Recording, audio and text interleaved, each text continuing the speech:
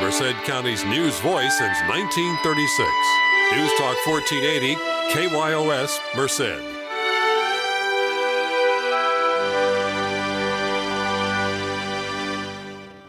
I'm Jacque MacDonald, and you're listening to Radio Merced.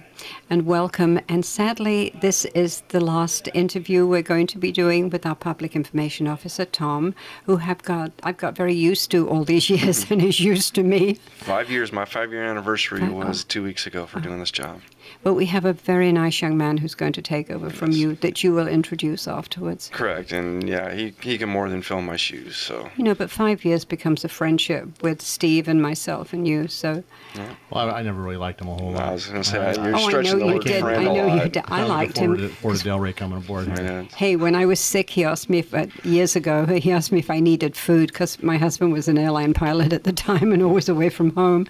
So what? You don't mind me asking, Tom? What's on your agenda? Where are you back out on the streets? What are you going to be doing? Graveyards patrol, back where I belong. It's graveyards. Graveyards. It's like midnight. Well, I wish. It's actually we do 12-hour shifts, so 7 to 7.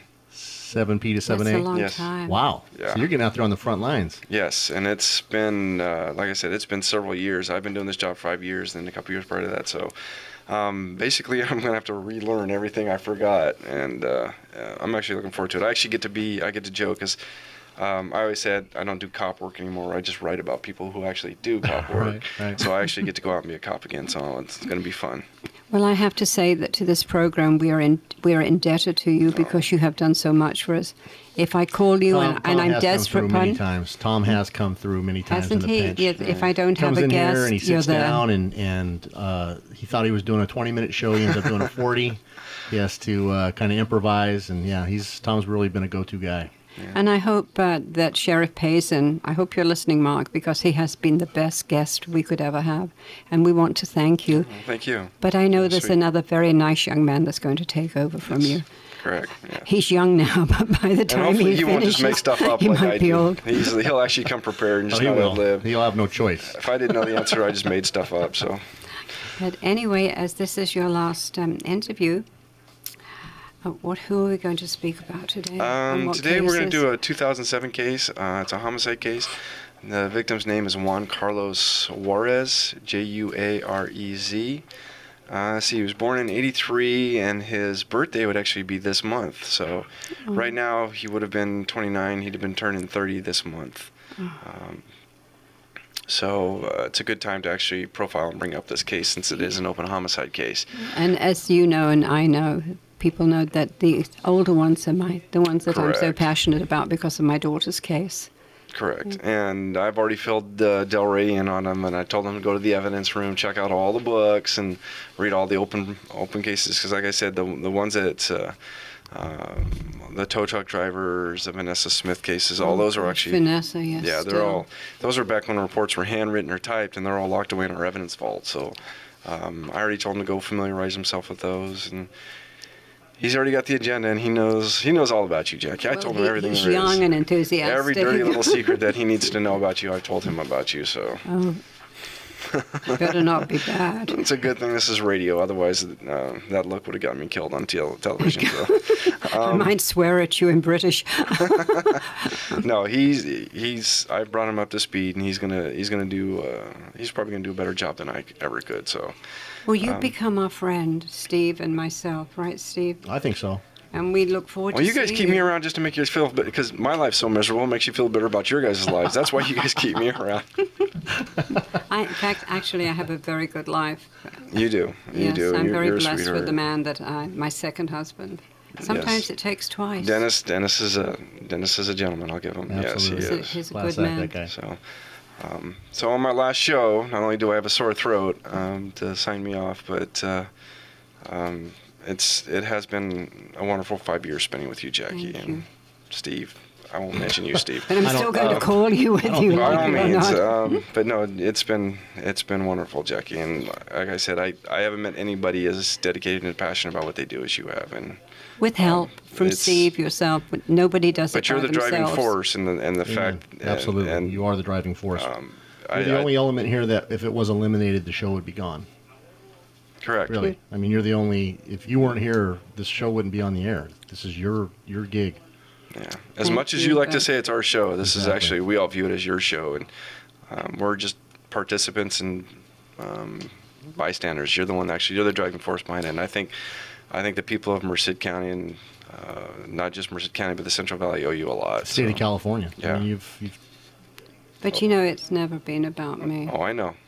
You're very humble, Jackie. But but I don't think you realize what you mean to the community and stuff. And I'm just Deb's mom. When you do decide to stop, I think we're going to suffer a tragic loss. So.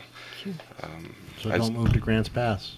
or if you do, buy me some land so I can move there. So. We're kind of a family, aren't we? Yeah. Anyway, I'm going to get all teary-eyed here in a minute, and Steve's going to make fun of me. So now we're adopting this young man next to us. Yeah. We're laying it on extra thick just to make him feel miserable about coming in. We rehearsed this yesterday when you weren't here, so. Anyway, so yeah, like I said, we'll briefly touch on this one.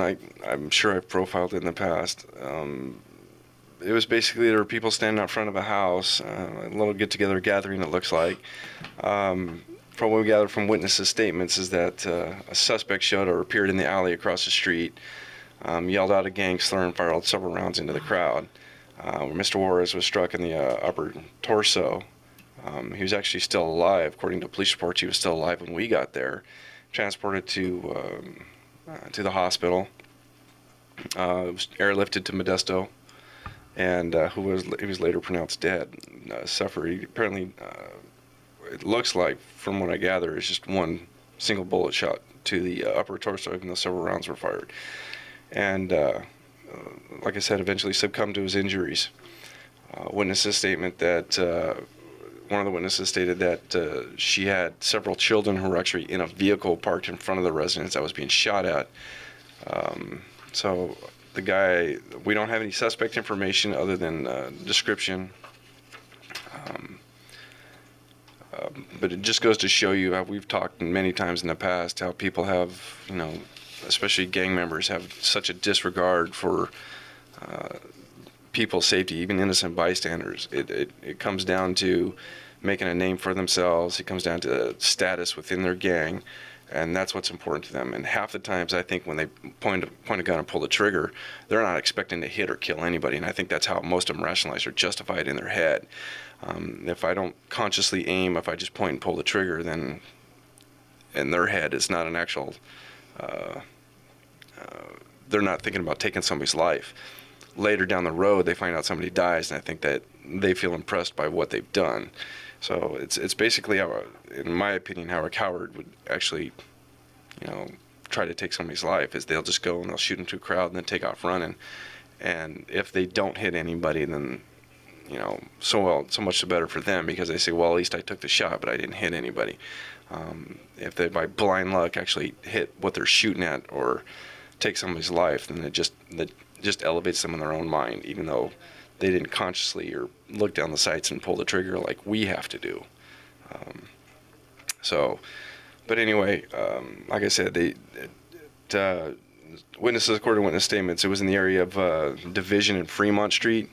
It was a male that had actually taken the shot. We don't have much of a, since it was night, we don't have much of a description of the suspect. And I didn't put out the date and time it occurred, did I? The actual incident occurred on October 6th at just before 11 p.m. So you got winter hours and you got almost midnight. It was at 22:54 hours. And it was in the intersection of Broadwick and Division Street, and the shooter was on Fremont Street. Witnesses said that they heard several gunshots. They saw the muzzle flash. Dark-colored hoodie was the suspect was wearing, or a sweatshirt, which again is typical. A lot of gang attire, people use it for armed robberies. They'll pull the hoodie tight so they can't see the face in the cameras. It's become standard, typical gang attire. The suspect fled on foot, unknown direction. And then, of course, you have the small community of Planada, to where even if anybody even knows who it is or sees who it is, they're reluctant to come forward, like we've talked about thousands of times in the past about retaliation and things like that. So, but the fact that the gang slurs that he yelled out, we do believe that at least the suspect was gang affiliated, and that it was a gang-motivated shooting. whether or not the victim was affiliated with any gangs, I'd have to pull up previous bookings, and I didn't get a chance to do that.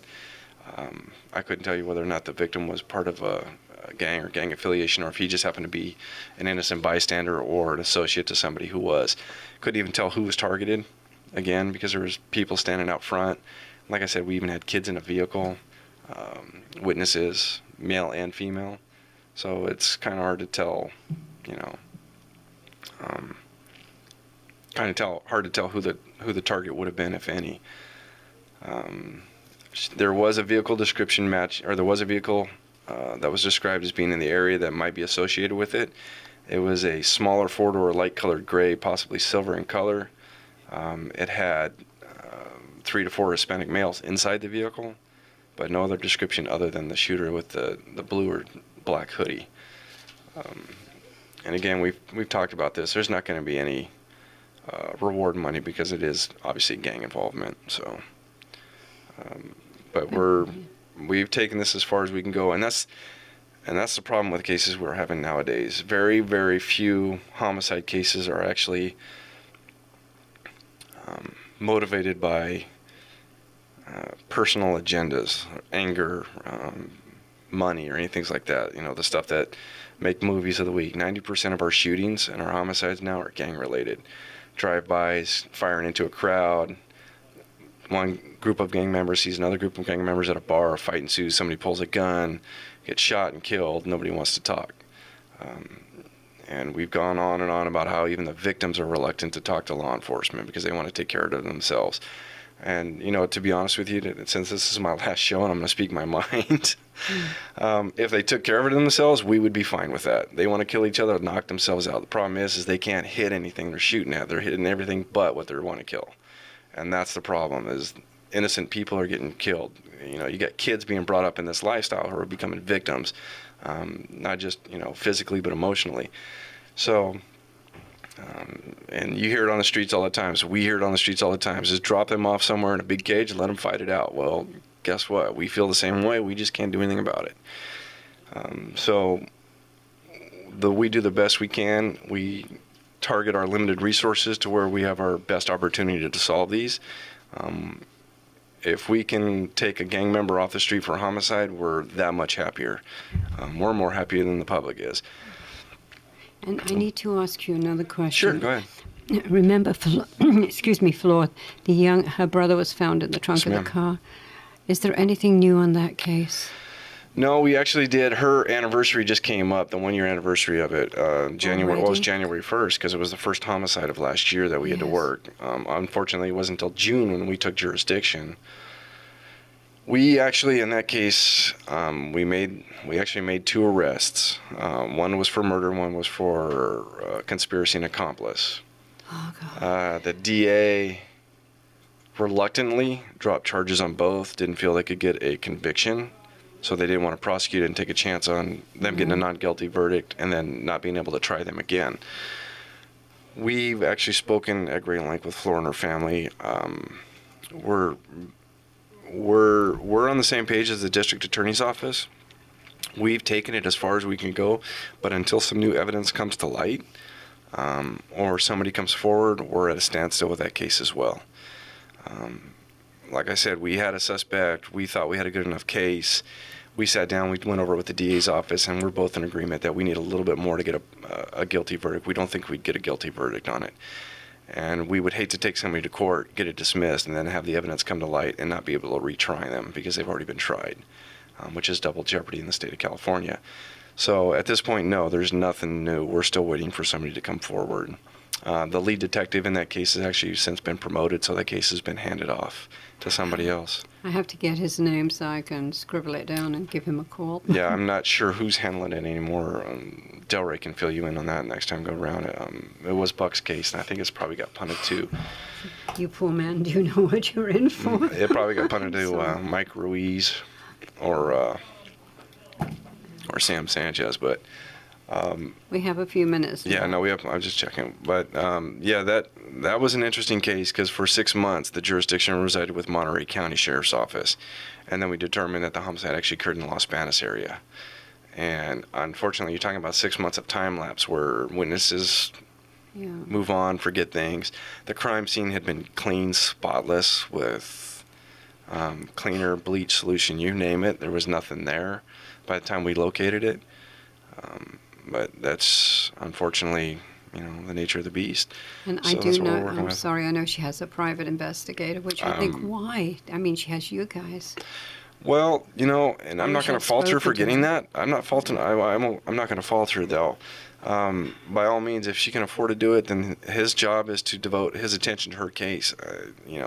We have 20, 30 unsolved homicides we have to devote our time and efforts to, plus all the cases coming in on a daily basis. The shootings, the stabbings. We had a shooting last night in Delhi.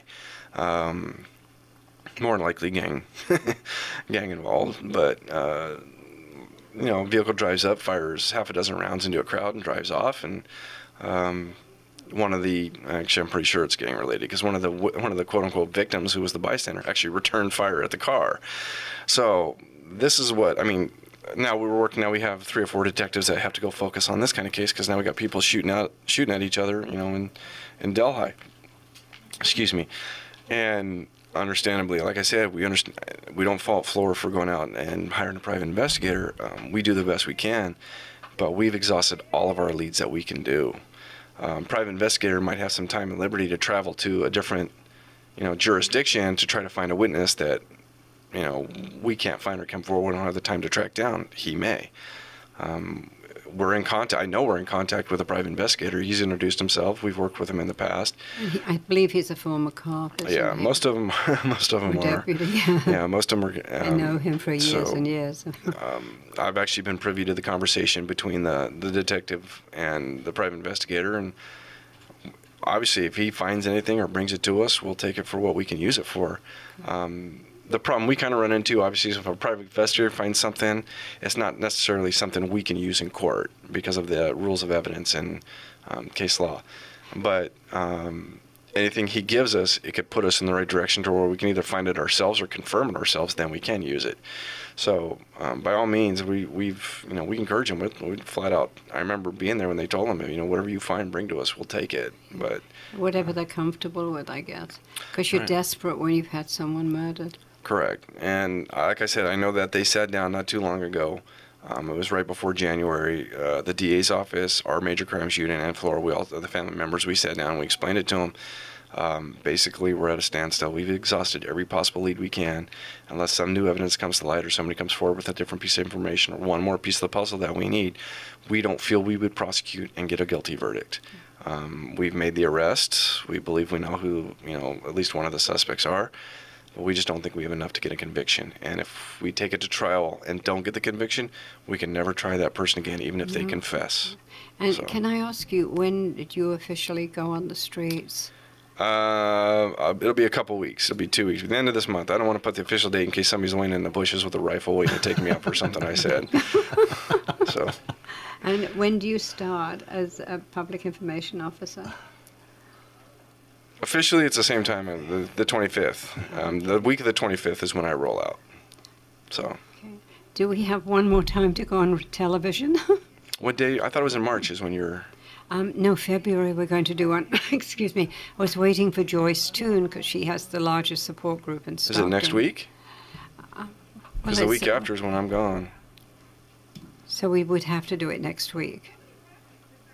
Well, next week, it depends on what day you do it, too, because next week you have a holiday in there, we do. And then I have a 12-hour training day, so that's all right. You can break Del Rey in. He looks better on camera than I got a radio voice. I got a radio face, that's what it is, a radio face. Know that you're tall and a very attractive young man, handsome young man. You're also very nice. And who's going to do the children's toys this coming year? Oh, you are? Yes. The toys, a peace officer memorial, everything that I used to do, he gets to do. Good luck. Yeah. Do you have a family? I don't. Oh, it's a good job. Yeah. You'll never see. Single these days. Well, we're starting a club, 18 to 22. I'm just throwing it out there. Right on. All right. Having So fun anyway, today, anybody has yeah. any information, please give us a call. Like I said, this happened October in 2007, and his name is Juan Carlos Juarez. Please give us a call, area code 209-385-7472, 385-7472, mercedsheriff.com or crimestoppers.com for Merced, and you can remain anonymous. But please give us some information. Family members out there are still worried. So. Yes. Absolutely. That's But what we're here for. you're not going to be a stranger because Steve and I are going to keep in touch with you. Yeah, just real quick before you close this out, Jackie, on a personal note, Tom, I'd just like to say it's been really a pleasure to get to know you, Same sir. here, Steve. And please don't be a stranger. No, I won't be. We'll Thank see, you. We'll see each other around. Keep yourself safe out there, and Will do. God bless. Thank you, Steve. You can come to dinner. I make great spaghetti.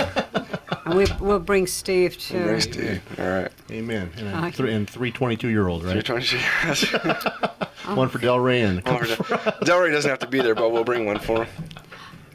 Go ahead. Honestly, you too.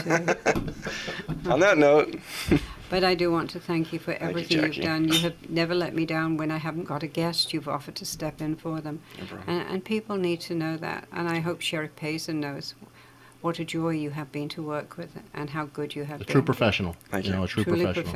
professional. Always professional, even though we tease. But that's all right. yeah. Thank you, Jackie. Because Steve's the Thank you, Steve. instigator for teasing. No. And you are always welcome here at the Thank you. station anytime. Yeah. Maybe I'll fill in for his vacation days. Who There knows? you go. Yeah. So, anyway, thank you, Jackie, and Steve. God Thank you for bless. everything. Our pleasure. It's never going to be the same, but It'll be better. There's only one Tom McKenzie. That's right. true. Thank God. Good luck, Delray. I want to thank you for listening, and really we do appreciate what Public Information Officer Tom McKenzie has done for us, and may you never walk in our footsteps. Thank you. Merced County's news voice since 1936. News Talk 1480, KYOS, Merced.